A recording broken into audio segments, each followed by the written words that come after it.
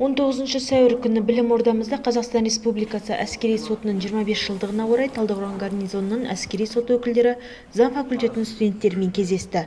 Шараға аталған факультет оқытушылары, 1-2 курстың белсенді білімгерлері, сондай-ақ Талдықорған гарнизон әскери сотының төрағасы мен судьялары қатысты. Іс-шара барысында студенттерге Талдықорған гарнизон әскери сотының өкілдерімен арнайы дайындаған сот органдарының қызметі және медиация туралы бейнероликтер көрсетілді. Мамандар әскери соттың ширек ғасырлы тарихынан сыр шертіп, қызметтің қыр-сырын түсіндіріп баяндама жасады. Дөңгелек үстел әскери сот органдарына жұмысқа тұрушы үміткерлерге пайдалы тәжірибелік кеңес беру және заң факультетінің профессор-оқытушылық құрамы мен студенттердің әскери сот саласы бойынша құқықтық және қызметтік сауаттылығын арттыру мақсатында ұйымдастырылып отыр. Кездесу барысында білімгерлер қызығынан қиыншылығы басым мамандық жайлы сұрақтар қойып, жетекші мамандармен тікелей тілдесуге мүмкіндік алды. Бүгін Талдықорған гарнизон әскери сотының тарапынан жетісу мемлекеттік университет студенттерімен кездесу жүргізіп жатырмыз. Бұл кездесудің мақсаты Қазақстан Республикасының әскери сотының құрылғаны 25 жыл толып отыр биыл, яғни 24 маусым 1992 жылы Қазақстан Республикасының әскери соты құрылған болатын.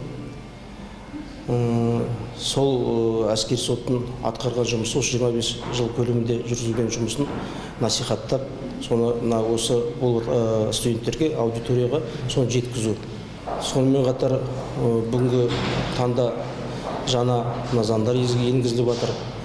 Соны жаңа студенттерге түсіндіріп, оны қолданыста қалай пайдаланып жатырмыз, соны бәрін атап өтіп жатырмыз.